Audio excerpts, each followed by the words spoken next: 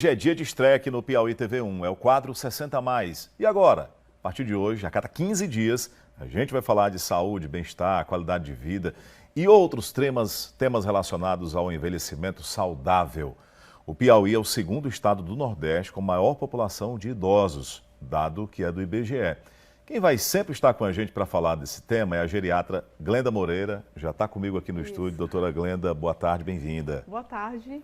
E aí a gente hoje está realmente fazendo acontecer o 60 mais e agora, né, Marcelo? Acho que é um convite incrível. Espero que a gente consiga contribuir muito. Então, assim, a gente vai ter todos os públicos antenados aqui no nosso quadro, porque quem já está na terceira idade quer saber como ter uma vida, né, tranquila, uma vida com mais qualidade. E é importante para quem não chegou ainda e quer ter a sorte de chegar bem e se preparar para esse momento. Exato, acho que a ideia o termo melhor hoje é envelhecimento sustentável. É aquele lugar onde a gente está no caminho, eu, você e muita gente que está nos ouvindo aqui, está no caminho de se preparar para um processo que vai chegar. Como você disse, a gente tem uma população dentro do país, né, de maior número de idosos e uma transição demográfica, que é o termo que a gente usa para essa mudança da nossa antiga pirâmide etária, né, onde tinha mais gente nascendo e menos pessoas idosas, para quase o inverso disso. E o Piauí ganha com pessoas em processo de envelhecimento, um número grande, e pessoas já idosas. E a gente precisa ajudar essa população, e esse acho que é o nosso papel aqui, a encontrar caminhos para que a gente sustente o envelhecimento da forma melhor possível, ativo, autônomo e independente. Preparamos uma reportagem para essa estreia do nosso quadro que você confere agora.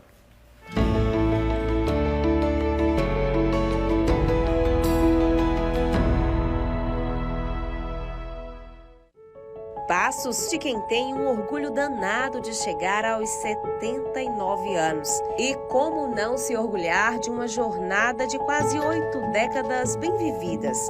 Boa parte dos dias foram dedicados à educação. Tenho orgulho. E como não se orgulhar de uma jornada de quase 8 décadas bem vividas. Boa parte dos dias foram dedicados à educação. Tenho orgulho da minha jornada, tanto intelectual como pessoal, física. Eu assumo a minha velhice e as minhas capacidades. Com o seu Manuel, que já se aproxima dos 90, não é diferente. 9.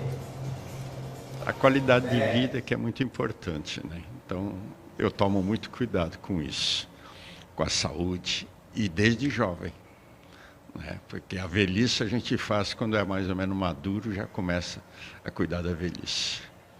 Então, é o único cuidado que eu tenho.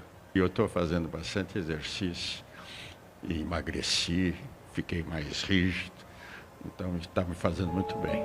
Para esta turma, não faltam boas histórias e experiências para compartilhar. É uma vitalidade que inspira.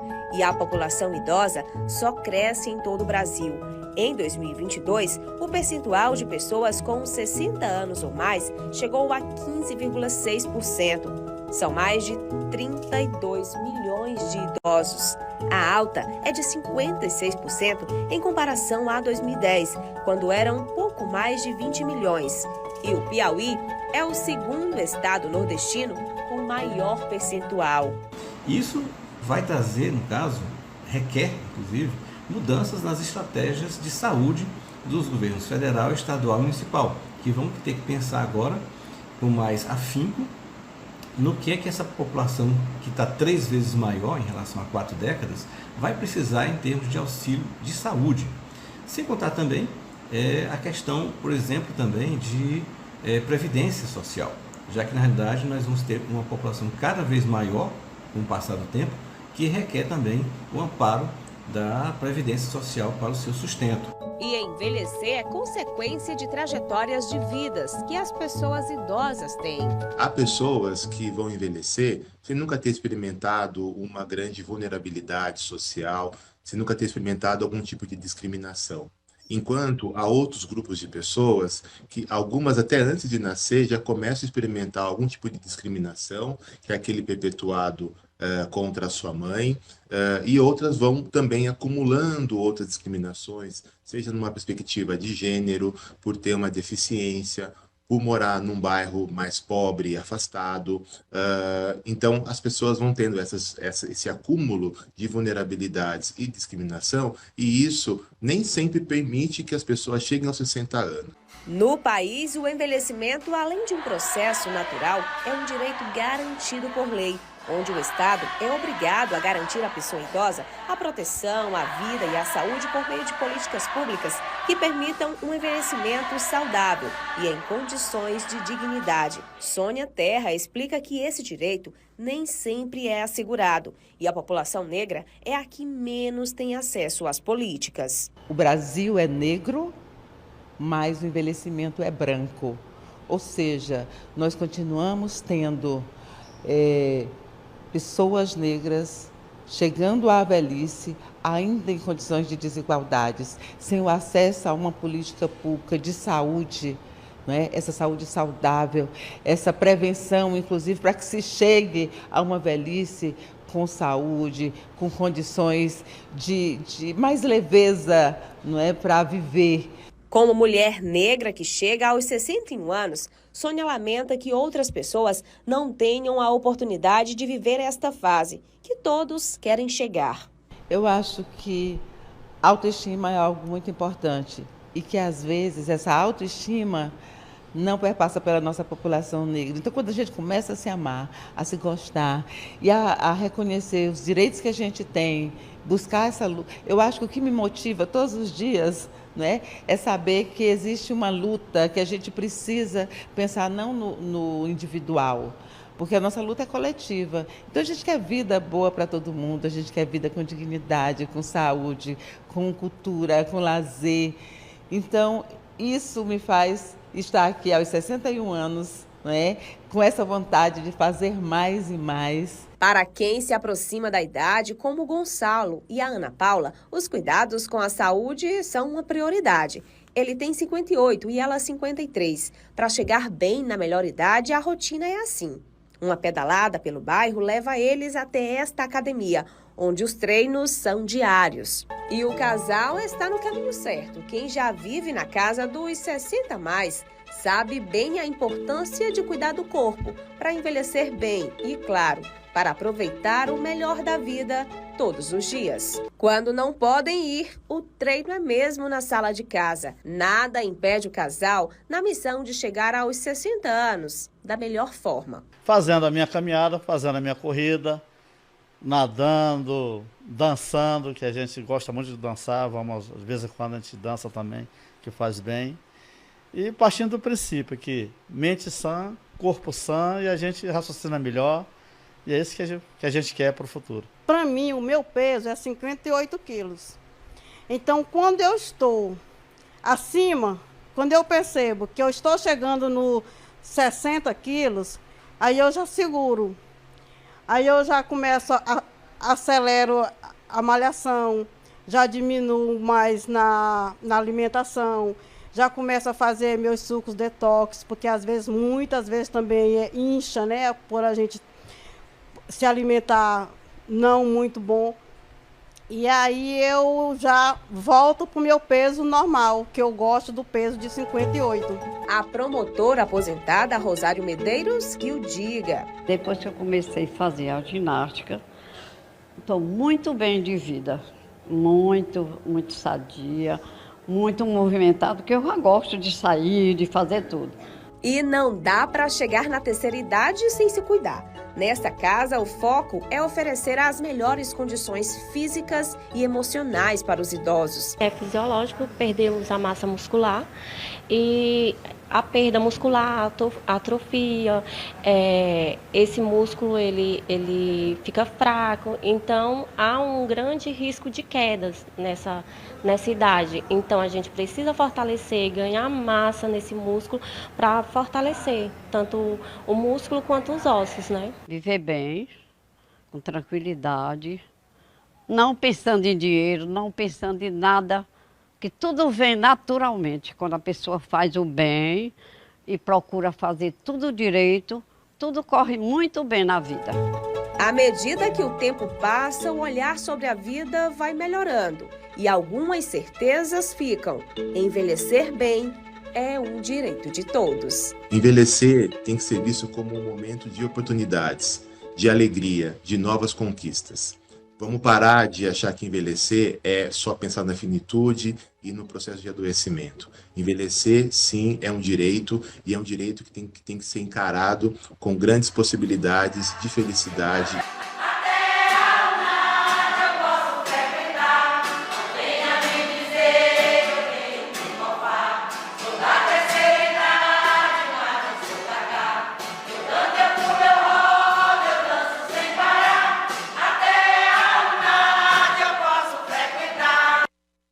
Muito legal nesse projeto NAT também. A gente vai mostrar muitos projetos desenvolvidos aqui na cidade, no nosso estado. Vamos trazer dicas assim importantes, primorosas para quem já está na terceira idade, ter qualidade de vida. Mas vamos começar lá atrás, vamos puxar um pouquinho. Né? Exemplo do casal que a gente mostrou, que juntos ali eles desenvolvem atividades e estão se preparando para chegar bem na terceira idade. Então a gente tem que ter essa preparação, é importante. Pois é. Então, às vezes as pessoas se assustam e perguntam, Glenda, quando é que a gente começa a cuidar e preparar esse envelhecimento? E esse casal mostrou, e a reportagem está linda, né, gente? E eles mostraram algo que é muito importante. Eles já estão bem perto do tal dito 60 anos, que é a idade cronológica que a gente fala sobre ser pessoa idosa no país. Mas antes disso, a gente dá lá dos 30 anos de idade, genética, no nosso DNA, a gente já começa a fazer uma coisa chamada apoptose, que é uma programação nossa, biológica, para que a gente vá já tendo mortes de algumas células. Pensa nisso. Então, quando eu falo morte, não se assusta, não é para a gente se assustar, mas é uma programação natural do envelhecimento, as trocas de células. Então, quando começar muito cedo, e aí o reforço é, mesmo não tendo começado muito cedo, você viu que a gente mostrou pessoas de 80, 70 anos, que mesmo lá conseguem modificar o quanto elas vão viver bem os próximos anos. Então é importante, a gente vai falar aqui nas duas situações. Que é importante começar cedo, mas se você não começou cedo, não tem problema, isso não é desculpa. Ah, não comecei, não agora é já desculpa, foi. ótimo. Nada, né? E assim, não é fim de linha, né? Há pouco a gente ouviu essa colocação. É um momento de oportunidades. Vamos chamar aqui o Edgar Neto, por falar em oportunidades. Ele está lá com um grupo que não perde a oportunidade de ser feliz, de buscar alegria, de buscar qualidade de vida. E a dança, Edgar, é bom para tudo, não é isso? Para todo mundo, inclusive para quem está na terceira idade. É isso, Marcelo. A gente está mostrando aqui o pessoal, ó, tá aqui sempre, toda semana, os idosos, as idosas, na verdade, porque aqui, até isso é importante, viu? São mulheres, mães guerreiras é o nome aqui do Centro de Convivência, no bairro Nova Brasília. 2 vezes por semana, está aqui a nossa professora de Educação Física que está movimentando. E aí, além da dança, né, tem a integração, tem aquele momento de descontração, de conversa, de bater papo, né? Você sair ali de dentro de casa, tá conversando. Aqui a gente tem 60 mais, 70 mais, 80 mais. E a gente vai conversar aqui, pedir licença na dança rapidinho. Tem a dona Dagmar e a dona Ana. Vão fazer as perguntas para a nossa doutora que está lá no estúdio.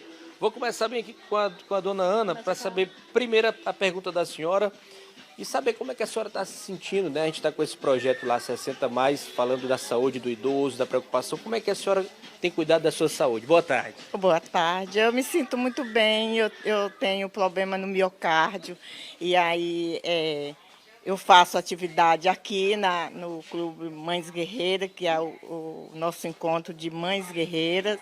E também faço atividade na Avenida Raul Lopes. Faz caminhada. Quantas vezes na semana? Faço 2 vezes lá e 2 vezes aqui. Então são 4 vezes na semana. 4 vezes, Aí eu quero saber, assim, o meu limite, se está tudo certo. Eu me sinto bem. Até agora não estou me sentindo muito bem. Porque o médico até queria me botar na fila de transplante de coração, mas aí foi reafeito, assim... ele mandou fazer o marca-passo especial para minha doença do miocárdio. E aí eu estou me sentindo bem até agora. Do limite mesmo, né? Obrigado, dona Ana. Rapidinho, dona Dagmar, faça sua pergunta também, aproveite. As minhas perguntas são várias perguntas. Primeiro, nós somos um grupo de senhoras lutando pelo nosso direito, pela nossa saúde, aonde a gente consegue trazer elas para ter atividade, tirar de dentro de casa e vir para cá. Porque eu estando aqui, as tardes que eu estou aqui, está melhor do que eu estar em casa. E é muitas. O nosso horário é para enterrar às 5 horas da tarde. Quando nós vamos sair daqui, é 6 horas, conversando, brincando umas com as outras, né? E o nosso local é individual, é só o grupo. Quem luta sozinho somos nós. Tudo pouco ou muito somos nós que estamos fazendo para poder ter alguma coisa para todas nós. E aí a senhora fala da questão do apoio mesmo, né? O apoio, nós precisamos de um apoio, nós precisamos de um padrinho, de uma madrinha, para nos ajudar, porque nós sofremos para pagar água, sofremos para pagar luz, tá entendendo? Está dado o recado, Dona Guimar. É muito importante isso também, viu, Marcelo? O recado, a pergunta da Dona Ana, mas a Dona Dagmar falando também da questão, porque precisa de estrutura, né, para atender. E esse centro de convivência aqui ele é mantido pelas próprias idosas aqui da região, contando com a ajuda da comunidade. Ter essa estrutura para garantir uma qualidade de vida na terceira idade é fundamental. Volto com você. Obrigado, Edgar. Vamos pegar o gancho da Dona Dagmar e já responder aqui a pergunta da Dona Ana. Sim. Dona Dagmar fala aqui sobre questão de apoio, né? É necessário que... Claro que tem organizações não governamentais e são importantíssimas, mas o poder público deve, né? Não pode se furtar de oferecer estrutura, de ter políticas públicas, porque além de uma questão legal, é uma questão necessária mesmo. É necessário, a gente já comentou sobre a quantidade de pessoas idosas, a gente ouviu falar aqui, o Alexandre Silva, o colega do IBGE, sobre a necessidade da gente preparar a cidade, a população, para acolher a população que envelhece e que vai tendo necessidade de manter a autonomia e independência. O que elas estão conseguindo conquistar aí é com busca própria. Elas estão lá assistindo, vocês estão conquistando o que a gente chama de autonomia e independência, fazer por si e continuar valorizando a vida, apesar do dito terceira idade ser uma idade mais difícil, com menor acesso. A questão do acesso, Marcelo, ele é direito está no Estatuto do Idoso, que fez 20 anos esse ano, né? É direito à assistência médica, e a gente tem na cidade de Teresina hoje um quantitativo muito maior do que 10 anos atrás de consultas médicas especializadas com geriatra. A atenção básica em saúde, ela precisa estar mais otimizada, recursos precisam ser colocados nas políticas públicas que já existem e estão desenhadas. Eu costumo dizer que falta talvez um empenho político, e a gente está nessa época de candidaturas, para que a gente possa estimular. Eu vejo é importante, doutora, eu vou até fazer, aqui só abrir uma janela na sua fala, que o cidadão, né, fique de olho, e não é só o idoso eleitor que deve observar. Falamos sobre isso um dia. Pois é, nós precisamos ter preocupação com as gerações atuais. Qual o mundo que vai estar preparado, de que forma que a nossa cidade vai estar preparada para cuidar dos idosos agora, e cuidar de nós quando formos idosos. É o que a gente chama de envelhecimento sustentável e depende de políticas públicas. E as iniciativas das mulheres guerreiras, elas são similares a várias outras, mas a gente precisa fazer um fortalecimento disso, até do ponto de vista mesmo político. Cada mulher dessa deve ter uma família. E se vocês têm família, que são pessoas que votam, então quando eu falo isso, eu falo para os políticos, olha, às vezes vocês não se incomodam muito de fazer aparecer as políticas públicas existentes para o idoso, porque o idoso não tem voto optativo. Vamos lá, tem uma família inteira que tem essa pessoa idosa em casa, que precisa que ela esteja ativa, porque se ela não tiver, ela deprime, ela não controla as doenças crônicas, né? Então isso é importante que a gente pense. Minha mãe, 75 anos de idade, eleitora, não é mais obrigada a votar, mas ela vota ali, mas vota de forma ativa e sempre consciente. Olha, ela fica verificando depois se o representante dela está fazendo alguma coisa pelos idosos. Caso contrário, ela não renova aquela oportunidade e já vota em outra pessoa. Só para a gente responder a pergunta da Dona Ana, que perguntou lá no comecinho, sobre a questão dos limites para atividade física. Né? Ela que faz aquela caminhada, ela tem vontade, mas quer saber até onde pode ir. Ana, e todas as pessoas que têm esse desafio, né? Eu posso ir, estou me sentindo bem. Ela fez uma coisa muito importante. Ela tem uma patologia, uma doença crônica, isso é muito comum, envelhecer para todos nós vai ser ter realmente um número maior de doenças crônicas. Ela está se cuidando, ela tem assistência médica, procurou e foi liberada para atividade física. Ana, você tem que estar sempre fazendo uma ressonância, fazendo uma combinação com sua equipe de saúde do seu limite, porque isso é muito importante, visto que você tem homeocardiopatia. né? E você está fazendo 2 vezes atividade física, talvez na Raul Lopes, com 2 vezes aí na Guerreiras, você pode fazer mais? Pode, depende do teu limite. A recomendação da Organização Mundial de Saúde, gente, é para a gente fazer em torno de 150 a 300 minutos de atividade física por semana. Isso significa que todos os dias a gente precisa de 30 a 50 minutos de atividade física, que pode ser multimodal, Marcelo. Ela não é só a caminhada, é preciso a gente manter força, e força significa músculo. Então, para isso, a gente recomenda que associe-se caminhadas com musculação ou atividades como pilates, hidroginástica. Em resumo, o que você tem acesso, faça. E sempre com orientação do seu médico, da sua equipe de saúde ou do seu geriatra. Vamos voltar com o Edgar Neto, que tem mais pergunta aí. O pessoal está animado, hein, Edgar?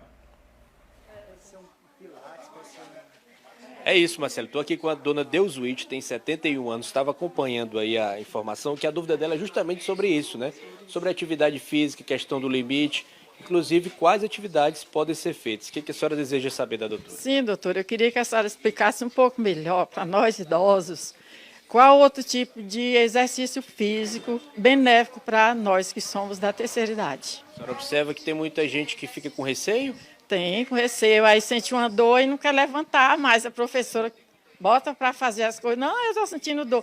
Mas o exercício físico é exatamente isso, é para tirar nossas dores. Tá certo, tá dado aí. Feita a pergunta, viu, Marcelo? Volto contigo. Certíssima, né? Certo, certíssimo. E complementando o que a gente já estava falando, em termos de tempo e qualidade de exercício, primeira coisa, o que a gente acumula com o envelhecimento, acumula doenças crônicas, artrose, alguns desafios em relação a encurtamentos musculares. Vamos dizer que nunca fiz atividade física. Então, é possível que quando você comece, você vá ter dores que têm limite, não é dores de lesão. Por isso, não se faz isso sozinho, a gente não começa a atividade física sozinho. Nós precisamos reforçar as academias de bairro, os grupos como vocês, que devem ter um profissional e orientando a atividade física, para não deixar no coletivo pessoas que têm mais fragilidade.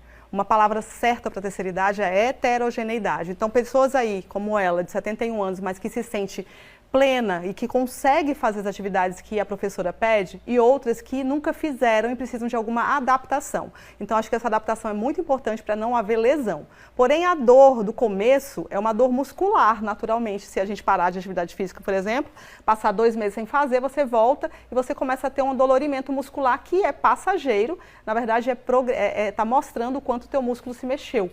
Mas acho que isso é importante. Musculação, atividade física que a gente chama de aeróbica, que é a caminhada, né? Tudo monitorado e no limite de cada um. A cada quadro a gente vai ali especificando algumas doenças crônicas. Sim, e trazendo dicas ali específicas para cada tipo de condição. Mas olha só, vou filtrar aqui nas perguntas 2 situações. Muitas perguntas sobre cuidado com pele, para evitar ferimentos, sobretudo para pessoas que sofrem do diabetes. Sim. Então tem a pergunta aqui da nossa telespectadora, a Doraísa. Dona Doraísa diz o seguinte: os idosos precisam de conforto e também fazer atividade física, acredito. A nossa preocupação também é com os pés. Qual o melhor calçado que protege, inclusive para prevenir queda e para prevenir feridas?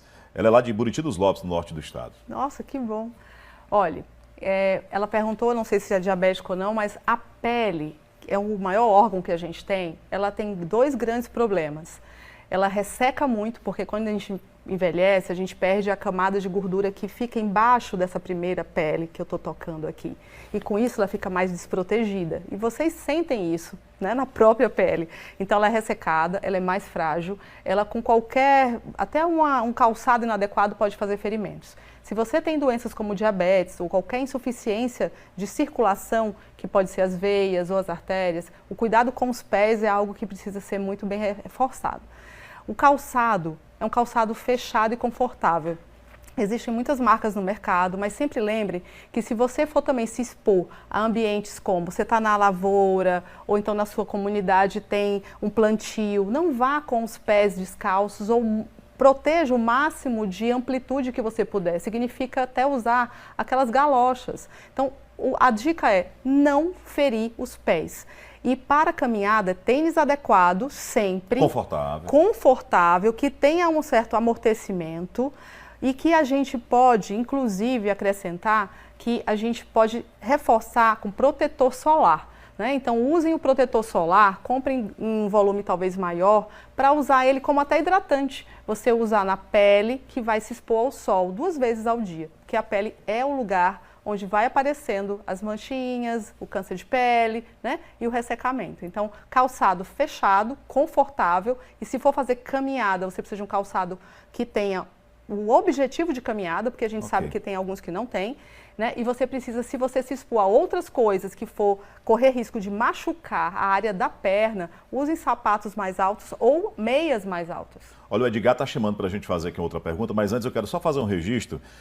A nossa telespectadora disse que o pai dela é acamado, precisa de alimentação via GTT. Está em falta na Fundação Municipal de Saúde. Por favor, Marcelo, cobre das autoridades. Essa alimentação é cara, só 1 litro custa R$ 32,00. É um descaso com o idoso. O pai dela tem 93 anos de idade. Então, atenção poder público, vamos verificar o que é cuidado e o que é essencial para fornecer para as famílias, principalmente em vulnerabilidade social. Isso é um reforço importante, vou fazer aqui meu adendo também. A gente está no ambulatório do Hospital Universitário e a gente recebe os pacientes que têm essa demanda para fazer os relatórios de renovação de dieta. E realmente, no último mês, veio uma demanda muito grande de famílias que estão sem acesso e é muito caro. Né? Por falta da prestação do serviço. Da prestação do serviço que precisava ser produtos, melhor gerenciado, né? Isso é muito importante que a gente lembre. Edgar Neto, a gente volta com você porque a gente está gostando aí desse movimento que as idosas aí, que essas senhoras lindas e carinhosas, a gente está vendo também como é que você está sendo recebido aí por elas.